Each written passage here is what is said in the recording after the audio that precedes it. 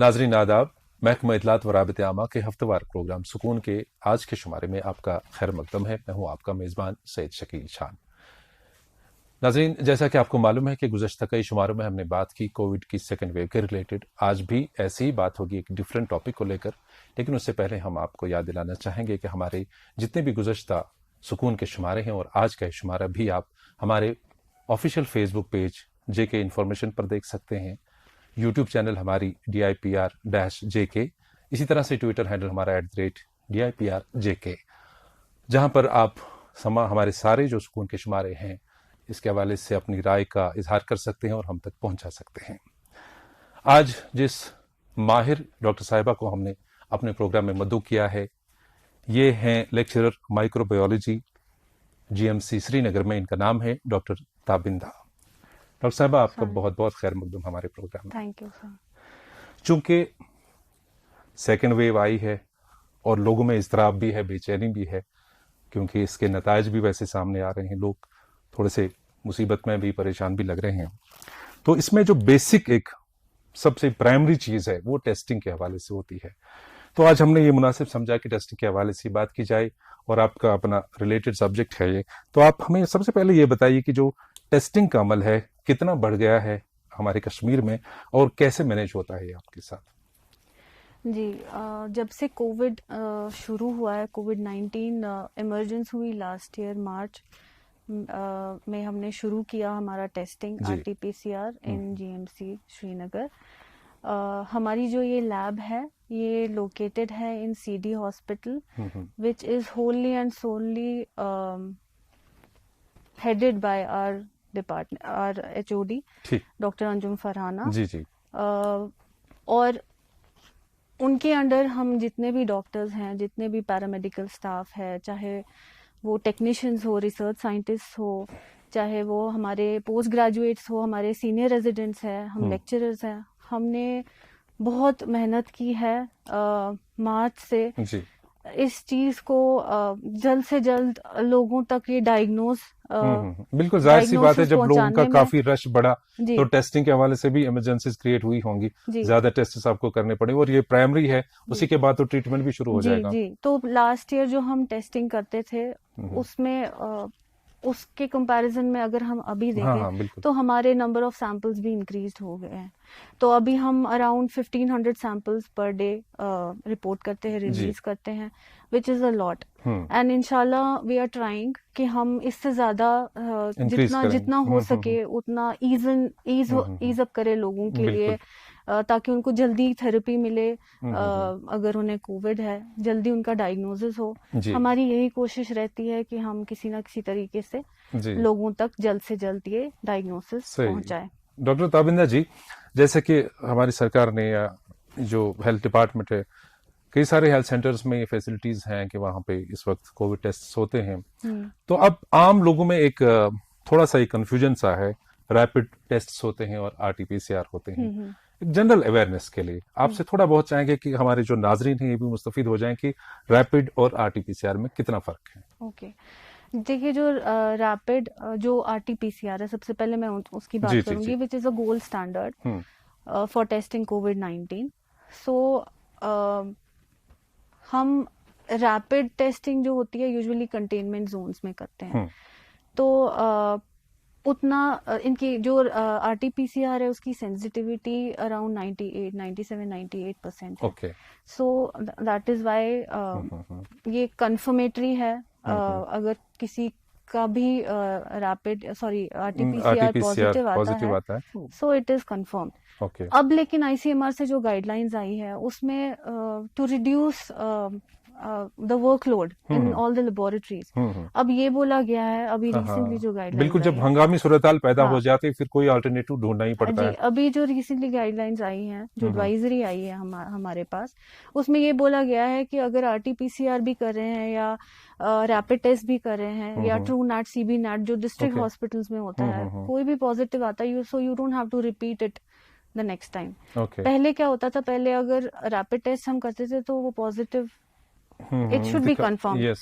Positive आए तो it is positive. If it is negative, it is not confirmed that a person is नहीं, not जब having. Initially कोई किसी इंसान को सिम्टम्स लग रहे हैं, उसका स्मेलिंग का पहुंच जाते मतलब टेस्ट जाता है या फीवर लगता है, कुछ जो भी सिम्टम्स बताए गए हैं, थोड़ा सा लगता है तो वो जाके रैपिड टेस्ट कराता है। तो उसके बाद जब थोड़ी सा सीरियसनेस उसमें आ जाती है तो क्या लाजमी बन जाता है कि वो एक आरटीपीसीआर कराए उसके बाद? आरटीपीसीआर तो गोल्ड स्टैंडर्ड है, इसलिए आरटीपीसीआर ही करवाना चाहिए। बट अभी क्योंकि बहुत वर्कलोड हो गया है, बट ऐसा नहीं है। देखिए सर, अगर रैपिड पॉजिटिव आए तो it is confirmed it is positive, but if it comes negative, it does not mean that the person is not in is having COVID.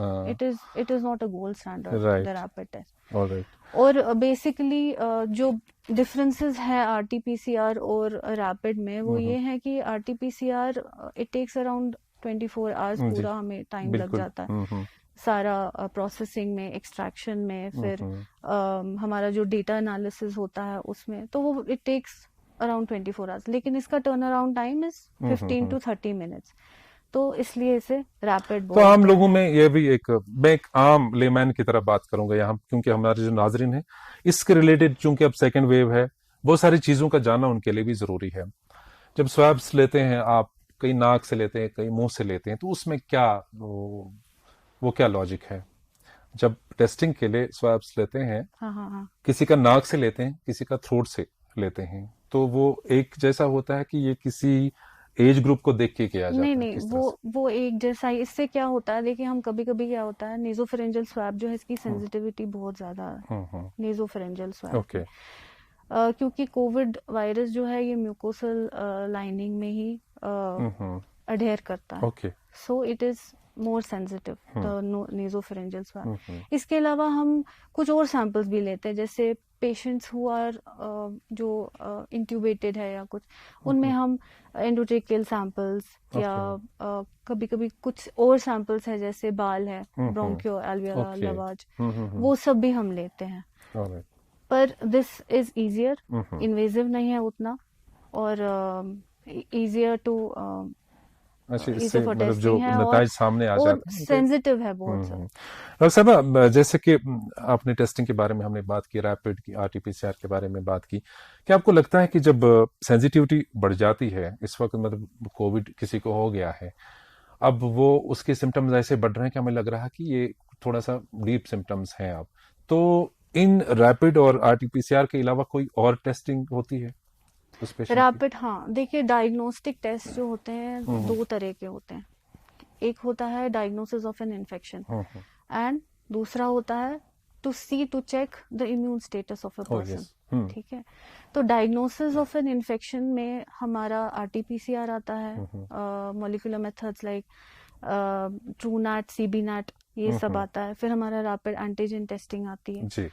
और जो हमारा इम्यून स्टेटस चेक करने के लिए, इम्यून स्टेटस एज इन ये पता करने के लिए कि जो पेशेंट है क्या ये पहले कभी कोविड पॉजिटिव हुआ था, चाहे वो एसिम्प्टोमेटिक रहा हो, या अगर वो पॉजिटिव था विद सिम्टम्स, क्या उसमें एंटीबॉडीज बनी हैं, तो वो इम्यून स्टेटस चेक करने के लिए हम एंटीबॉडी टेस्टिंग करते हैं। तो ये दो तरीके के टेस्ट हैं। बिल्कुल।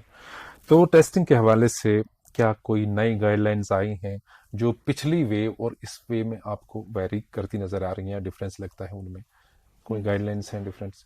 सर, जो अभी गाइडलाइंस आई हैं, जो एडवाइजरी हमारे पास आई है, उसमें ये बोला गया है कि अगर एक टेस्ट पॉजिटिव आता है और with symptoms, if a person is having symptoms and he comes RTPCR positive, so he should be treated जैसे भी, जितने सीवियर उनके सिम्टम्स है, वेदर हॉस्पिटलाइजेशन या घर पे जैसे भी, so he doesn't have to repeat the test after 14 days, क्योंकि वो इंक्यूबेशन पीरियड पूरा हो जाता है, to ease in up the workload. ये बात आपने यहाँ पे इम्पोर्टेंट की, क्योंकि जब कोविड किसी को लग जाता है और उसके बाद उसके इंक्यूबेशन पीरियड में मतलब ये हो जाता है, अब उसको बताया भी जाता है कि ना, लेकिन अपनी तसल्ली के लिए लोग चाहते हैं कि दोबारा एक टेस्ट करें, ये नेगेटिव आ जाए ताकि मैं आम जो सोसाइटी में घूमूं फिरूं, ऐसा हो सकता है। तो क्या ये जरूरी नहीं है कि अगर किसी को ट्रीटमेंट दिया जाए, कंप्लीट ट्रीटमेंट दिया जाए और उसको अपना इंक्यूबेशन पीरियड वो खत्म करके उसके बाद उसको टेस्ट कराना है कि नहीं कराना है? As long as he is clinically fit, he is ready to go. Okay. यानी उसे फिर दोबारा टेस्ट कराने की जरूरत नहीं है। इवन अगर किसी को from COVID ward to non COVID ward shift करना है and he is clinically fit, there is no need to do another test. Repeated test की जरूरत नहीं है, रिपीट जरूरी नहीं है। हाँ, हम कर सकते हैं, इसमें कोई हर्ज नहीं है, बट क्योंकि अभी बहुत सीवियर हो गया है, सेकेंड वेव काफी लोगों को अफेक्ट कर रही है और वर्कलोड बहुत ज्यादा हो रहा है, तो जो लोग जिनको प्रायोरिटी मिलनी चाहिए, सो इट्स बेटर कि वो लोग का हम टेस्टिंग करें and not repeat the test. Okay, as long as the patient is clinically fit. Yes, right.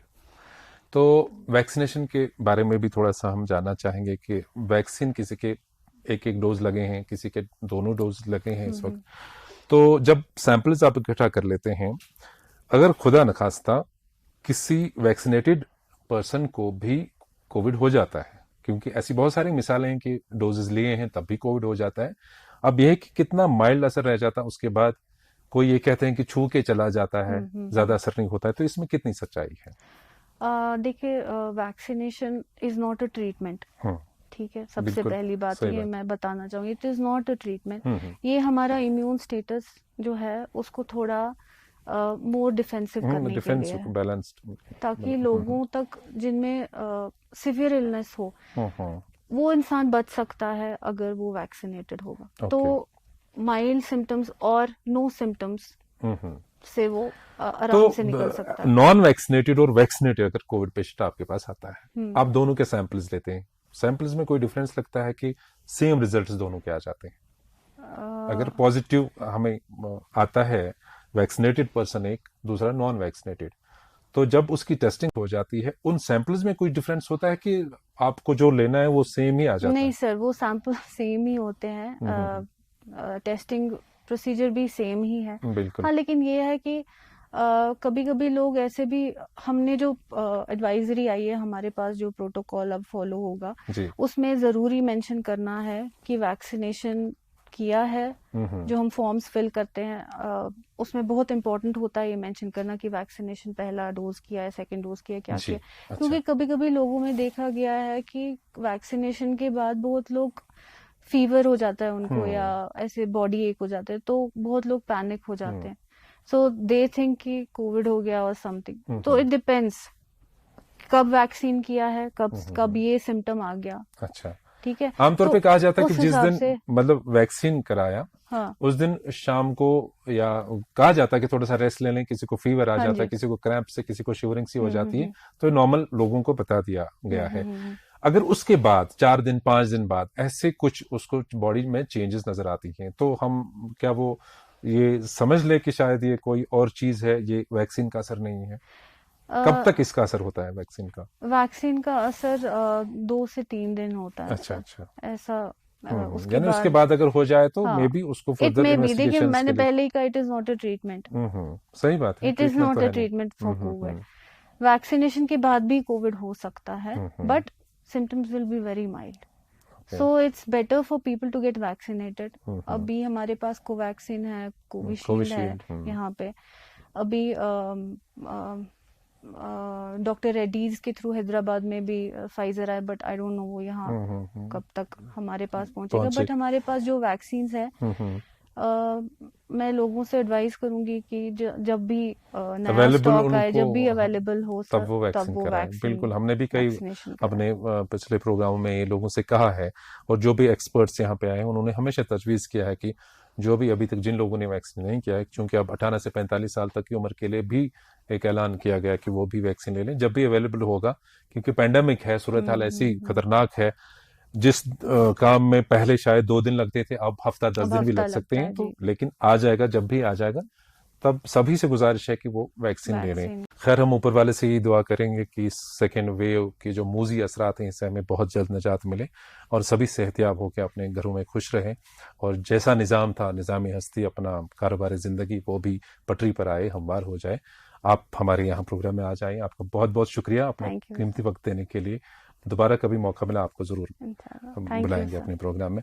तो नाज़रीन, इसके साथ ही आज के शुमारे का यहीं पर इख्तिताम हो जाता है। आपको दोबारा याद दिलाते हैं कि हमारा ये शुमारा और गुज़श्ता सुकून के शुमारे आप हमारे ऑफिशियल फेसबुक पेज जेके इन्फॉर्मेशन पर देख सकते हैं।